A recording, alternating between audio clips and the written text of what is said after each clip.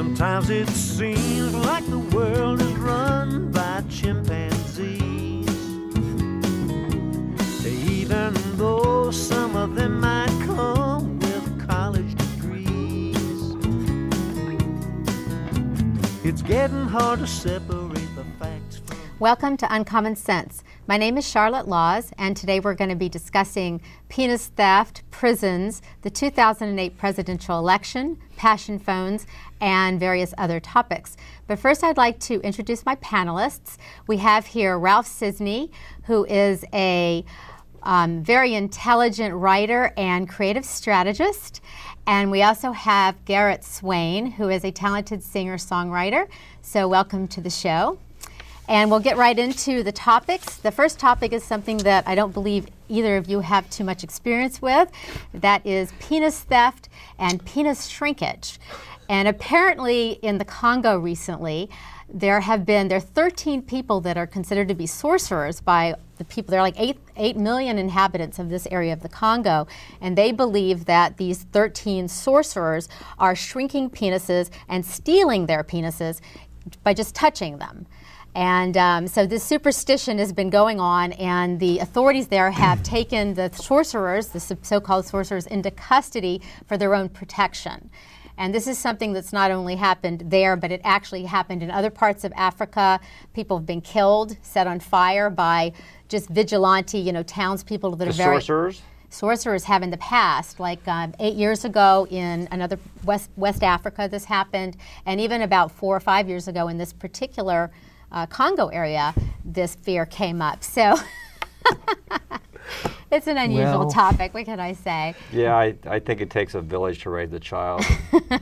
Or to raise a sorcerer. First of all, Charlotte, I should tell you, a lot of people don't know this, but I do have quite a bit of experience with penis theft. In fact, a couple of guys I used to run with in high school, they had these penis theft rings. And it was kind of a big problem in Baltimore, but I had to move, change my identity.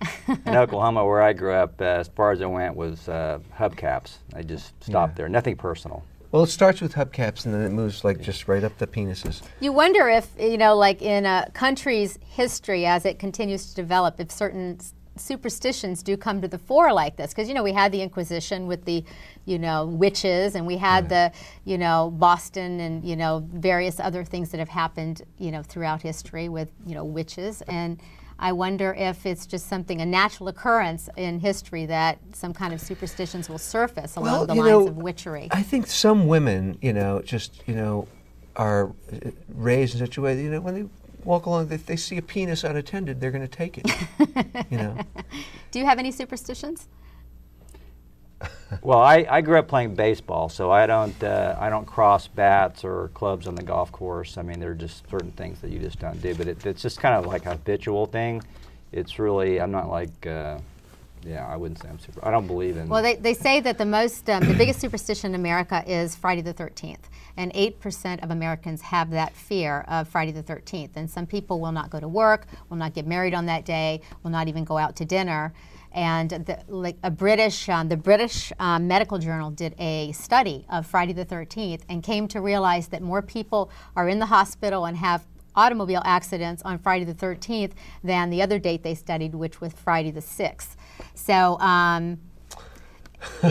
Friday the 6th is usually when I plan to go out. That's a big day. It's a good wedding day, I would say. I'm just wondering, who in the world funds these studies, It's probably tax dollars, I'm quite sure. It's tax dollars. But I actually think the number 4, I actually add up. It's a Chinese unlucky number in parts of China, really? 4. And I find myself adding numbers, and like if I go to a house that's like 22 Oak Street, I'll say 2 + 2 is 4. I do that, and I find myself doing it. So you are and John McCain is superstitious. He has all these coins, lucky coins he carries in his pocket. Right? Ronald Reagan carried things in his pocket. Right. FDR. I mean, it's interesting all the superstitious people there are. I think that the foundation of that is just basically a sense of familiarity and comfort. Like when I play golf, I use the same marking coin. And I use a euro actually, and it's a perfect size. No one else has one. A euro coin? Yeah. Okay. Yeah. They're worth more these days, I understand it. Yeah, it was like $1.25 when I got it last May, and now it's worth $1.60. That's Wow. good. So, It used to be worth like 90 cents. Well, the next topic is prisons, and 1 in 100 Americans are in prison. In fact, it comes to 2.3 million people in America that are in either prisons or jails, who are behind bars. And it's increased. For penis theft. For penis, How that's many the of those number people are one there for crime. penis theft? That's what I'm wondering. that would That's really 10%. cut down on the birth rate and overpopulation. That's a good population control method. I We need to like bring some of Okay. those sorcerers over here. So all these people in prison. Yes, Right, Charlotte? and there's been an increase of putting people behind bars in this country. Apparently, those in other countries, Europe and Australia and Canada, think we're kind of crazy about, the numbers of people that we put in jail. We have longer sentences in general, and we also, put people in jail for things like check fraud, writing bad checks, or drugs and things that other countries don't put people Well, in jail for. we also have a higher number of percentage of children living in poverty. We have cultural differences. We have education dropout rates, which are like phenomenal. So you look at the underlying social fabric; they don't have those problems in Europe. That's why they don't have people running around, shooting each other out of cars. When you write bad checks in Europe, you don't go to jail? Well, all I know is I read article. Yeah, I read that Yeah. other countries you don't have. Yeah, they don't put people in jail for the kinds of things we do, and that was one of the things listed in the What- article I read yeah. was writing bad checks. I think and that- drugs, we have 500,000 people Yeah. in drug-related offenses that are in prison today in this country, and I don't even think you should go to That's jail for ridiculous. drug-related offense. For I agree with having that. possession The of drug drugs. issue is a medical issue. Obviously, if you're committing a crime, that's another situation. But I think restitution and some sort of a outpatient program makes a lot more sense. It costs $20,000 to $30,000 a year to have someone in prison. So The states spend 7% on average. 7% of their budget goes to prisons. So it really is a lot of money. that's We being should spent on have that. prisons, and they should punish people who are real criminals, and so that it deters them from committing crimes. But you shouldn't just punish people because society has some moral hair up its ass because it wants to, say that this is weak, this is bad stuff. You shouldn't, like if people want to do drugs, it's their choice. That's I mean, as long as they're not victimizing somebody else. I mean, it's so stupid to waste money prosecuting and incarcerating them. And the irony of this is, I have friends that are in law enforcement, and it's sort of understood that they don't bust everybody they catch with a small amount of drugs. Oftentimes, they'll let them go. Mm-hmm. They'll just take the drugs and flush them or do whatever. So I think that there's actually would be more people if there was 100% enforcement. Oh yeah, I have a client because I work also as a real estate agent, and she's a police officer. She's actually a drug detective, like an undercover detective. And we went to look at this house, and she said, "There's marijuana in this house." I mean, and when she started she could smell it, and she found it in this closet and all this. And she goes, "That's all right. We'll pretend we didn't see it." And so yeah, I mean, she could have actually done something on that particular. And well, I probably shouldn't ask it specifically, but again, most people I speak with in law enforcement just think that the laws are just way over the top, right? And should be. I don't know. I think legalizing marijuana is something that's long overdue. Certainly, we have a more rational approach to that here in California than they do other places. But some people, one of the theories about this whole situation about imprisoning so many people is that because of the way our democracy is set up and our politicians, they get pressure from regular people to be tough on crime, and because they get this pressure, and if they don't comply with this pressure and be tough on crime, they don't get reelected. You should be tough on crime, but but you should be tough on the crimes that are real crimes. Right. Right. But the prevention process should start earlier in life, like in middle school, with after-school programs and teaching kids to be good stewards, to stay in school. Mm-hmm. I mean, you consider that I think the statistics on the article that I read that 1 in 9 black men aged 20 to 34 are in prison. That's just unconscionable. Yeah. It's like we're not taking care of our people. Right. We're not taking care of the young people and showing them this is the better way to go than into a life of crimes and drugs, Right. or just getting caught up in Do we have circumstances. time to? Can I explain an idea that I've had about hard drug addiction like heroin. I have an idea that I think would absolutely solve that problem. But, you know, one thing you have to realize that people who are addicted to heroin, you can make the penalties for possession or use or even sale of it, you know, 10 times as worse. They're still going to get their drug. They're going to. Well, they're addicted. They're addicted. They're going to mug. They're going to turn tricks. They're going to do whatever it takes to get their drug.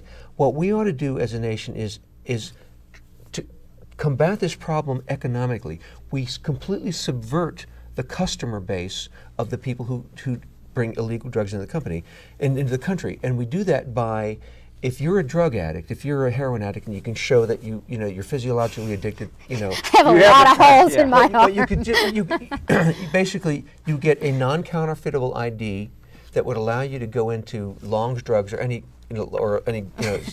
Longs, you've already run this by Longs. Long's Drugs or Save-On, any drugstore. Save-On.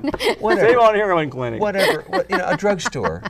I don't know why that's so funny, but Sam's Club. and you could have Drug at a discount, you could have Costco. you could have a dose of pure clean heroin injected into your veins and go about your business. You can't have any to take home with you because you don't. The idea is No drive-through window. No, because you don't want to. They don't want you to be able to give any to your little brother to get him hooked as well. The idea is that if people are willing to take the fix at the drugstore instead of hitting up in their living room, they can get it for free, and it would encourage. People, would no longer pay $200 a day or, for their fix if they could go to the drugstore and get it for free, and it would completely completely eliminate the market. Basically, we'd be taking over the market, Right.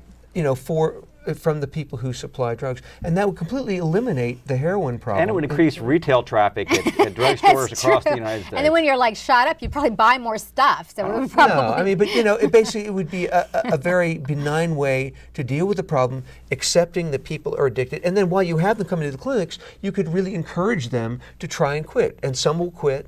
And some will kick the habit, and some won't. But the ones who won't, at least they won't be, breaking into their homes the and mugging. recidivism for people that are addicted to anything, whether it's food, people that are radically obese that will lose a bunch of weight, the odds of them regaining that weight are like 9 in 10. Right. The same thing is true with drugs and alcohol. Right. So it's like we really have to provide some sort of framework. And I think, given the growing number of people in prison, we have to come up with some radical, different approaches. Well, before we go to the next topic, I just want to say to you, we have the most people in prison in the United States, and China's second. But do you know what country? Well, actually, the country that has the smallest number of people in prison is called San Marino. It's the Republic of San Marino, which is next to Italy. Per capita, you mean? And do you know how many people? Well, no, but how many people are in that In prison? Yeah. I'm going to guess one. That's right. It's probably the town drunk. It's probably like these in a walk-in closet, because why would you build a prison for one person? I mean, they probably said, when we get 20, we're going to build a prison. But like right now, you're in the closet. Remember the old Andy Griffith show? Like it was like Otis. What was the name of the town drunk? I don't know. It was the one guy that he was the town drunk. They locked him up every now and Well, the then. next topic is actually related. It's the death penalty. And the reason why this has come into the news recently is because the Supreme Court is looking at extending the death penalty past the crime of murder to actually give the death penalty potentially to people who rape. There's like a man who raped his 8-year-old stepdaughter, and so that's the case that's before the Supreme Court.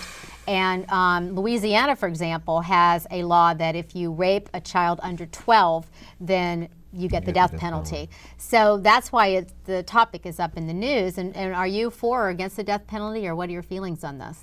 Well, I'm definitely against raping 12-year-olds. I think we all agree on that one. But I don't know if I'm on the fence. I don't know if I mean, I believe in the death penalty for certain heinous crimes, because there's certain things that you do in the world that they're just so irretractable. You can't take them back. Murder is like something that you can't undo. Mm-hmm. Rape is something that it does a lot of grievous harm, of course, but people could conceivably recover from that. I don't think it's no. I don't think I believe. Rarely, they're psychologically, damaged Destroyed. for life. That's true, but I don't know if it warrants the Do you death support the death penalty or not? I don't, but on a much more practical level, because it costs millions of dollars to keep people with the appeals process, and we rarely execute them anyway. Right. So it's something that's a chest-pounding issue for politicians, but in practical application, it's a huge boondoggle and waste of money. I personally think that in cases of heinous crimes, they should just let the guy loose and turn him over to the pack of wolves of relatives and friends of the aggrieved victim. I would be fine with that. That's cruel and unusual punishment, you know according to the judges. I'm obviously joking about that, but I just think that death is too humane a sentence for someone who has committed such an egregious act. I think that they should be rotting in prison for the rest of their lives, and maybe at some point they have a glimmer of conscience comes in and they can realize the horror that they have inflicted on other See, I always people. wanted to just dump the people on an island. That was always my feeling, is just put them on, like we did with Australia, put them on an island, the most heinous crimes, and then a couple hundred years later, they're some of the greatest golfers in the world. I'm against the death penalty, really, completely. And I mean, I agree with you, the financial burden. I don't think a moral society sanctions murder.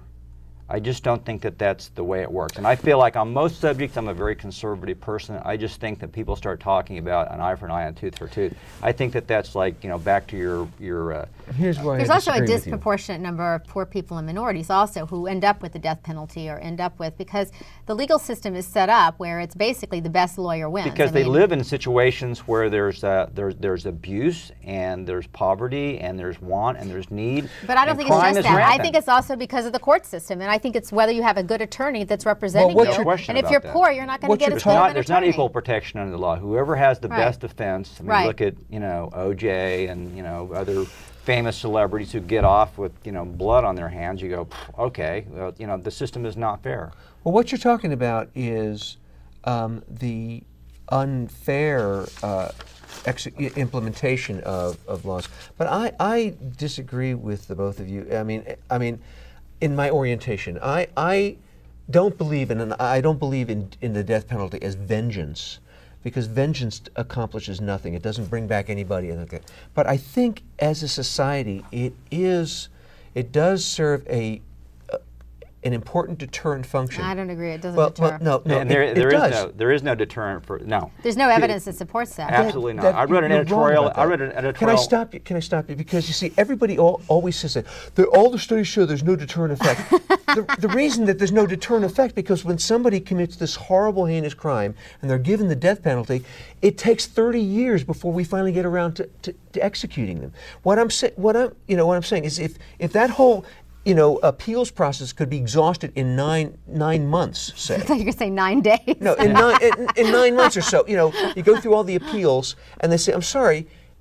If people see, the thing is, people who commit murder, who contemplate murders, such heinous crimes, it's a calculation in their brain. They think, I probably won't get caught, and if I am caught, I probably won't get convicted, and if I am convicted, I probably won't get the death penalty. I don't think. I don't think so. And you also are going to be killing some people that are not guilty, because some people are, Some people are innocent, and that's wrong. I mean, now we have DNA that proves that. I'm saying, look around at society, though. Don't you think that we are just, in our efforts to be bend over backwards and be so fair, that we are just allowing more and more criminals to just go free, and there's actually a decline in the last 20 years in violent crimes in the United States. So we're getting more people in prison right now, but we also have a decline in violent crime. So I don't think there's anything that stands up to that. No, and supports that argument that you're making. But I'm going to move on. Okay, all right. I just want to be on record. I just want to be on record. I disagree with you guys, and Okay. you're entitled to your opinion. You can Thank run you. for mayor of Reseda now. You're entitled to your opinions, no matter how wrong. Okay.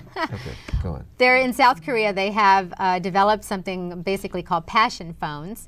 And what you do is you talk on your phone, you're talking to somebody, and there's like a love detector. Basically, the phone is like a love detector. So after you hang up the phone, come up with you these get stories? a text message that says, this person doesn't really like you, this person was lying to you, or this person is being honest, this person cares about you. So you get a little message as far as telling you what, and it analyzes the voice of the caller, the person you're talking to on the phone.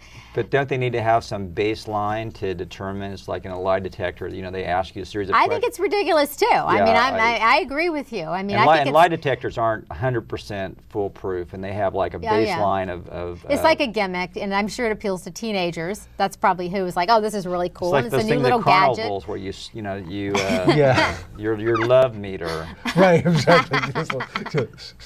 Right. Put your finger here and it'll tell you how it says, you're how cold, hot you are you're as a hot. lover. Oh boy.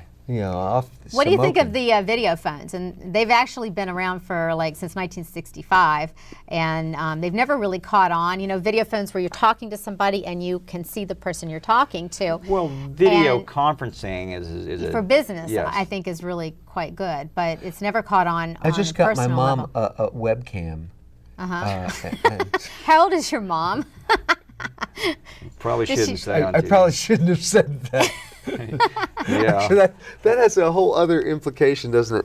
No, Is she a criminal defense attorney? The idea Wasn't there some story about some man that made some kind of senile old woman do something No, it was a grandson who had his grandmother doing do a gangsta. Is that what video. your mom's doing now? I'm trying to get on her the to internet. I'm trying to get her to do that stuff now. No, the thing is, I got her webcam, and it's basically like, it's basically like a video phone.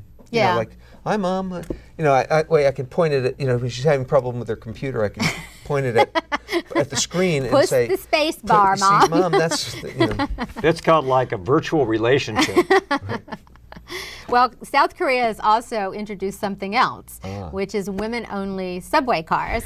And the reason why is because there's so much groping and sexual harassment types of things that happen in the subways. South Koreans. But you know what? They're not the only place. That goes on out of Griffith Park. The golf course. Japan, Mexico, Russia, India. There are lots of countries that already have this. I think of these Asian countries, which I've never visited in my life. I think of them as being so polite.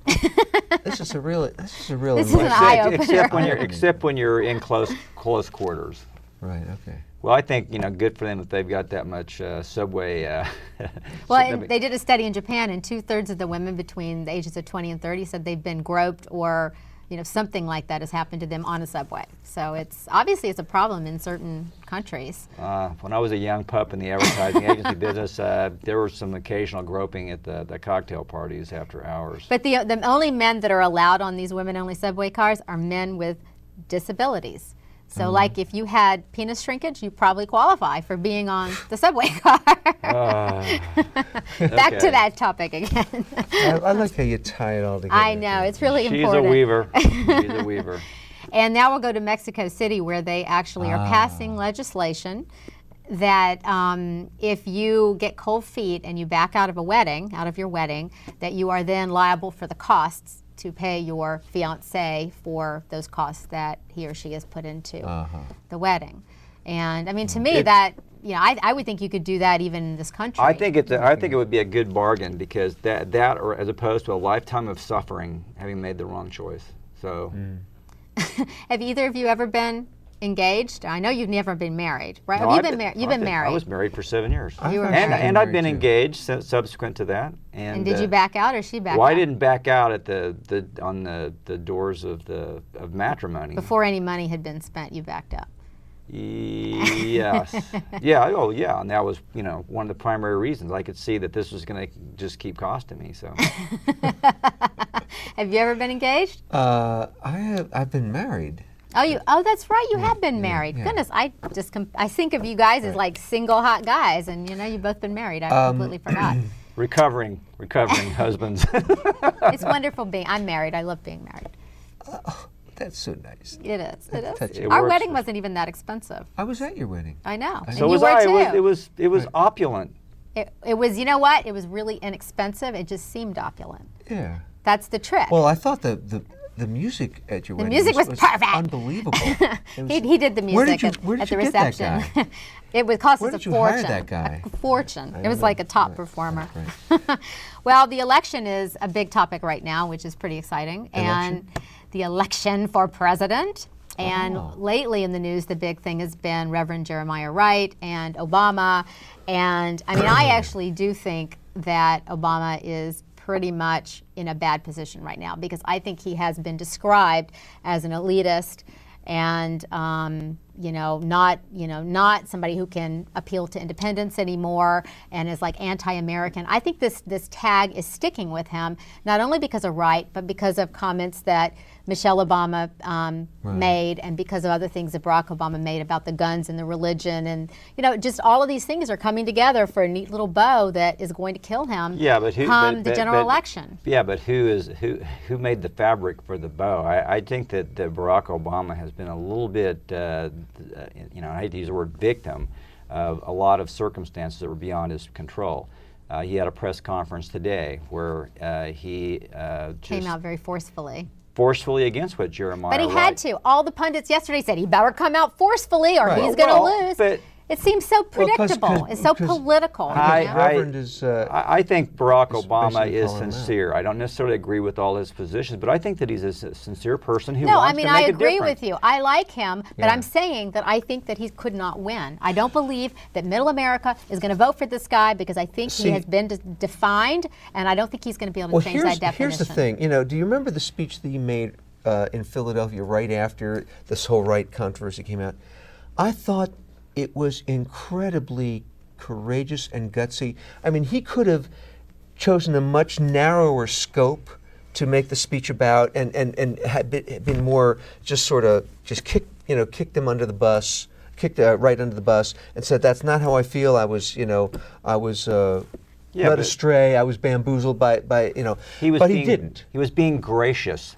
At that point, he could have said what he said today, but he didn't. No, But no. He didn't know Jeremiah Wright was going to come out and Right, go right, on right, this. right. Believe me, completely Talk show tour. narcissistic, self-serving. Right. Basically. You know what? We have to stop. I'm Okay. so sorry, but we're going to do this topic again. We'll definitely get Right. back to it, and I want to thank you both for joining Thanks, us. Charlotte. I hope you enjoyed the show, and I hope we brought some uncommon sense into your life. As you putter through your day, remember, everybody's wrong but me. See you next time. Fat chimpanzees. Even though some of them might come with college degrees, it's getting hard to separate the facts from fiction. But I think I can say with obvious conviction that in this old world, everybody's wrong but me. Everybody's wrong to disagree with me. That really chaps my eye. I thought it all through so very carefully. There's no point even considering the other side. Still, I'll keep on trying to remain the magnanimous type. I'll ignore all the vicious slander and the petty slights, but with a balance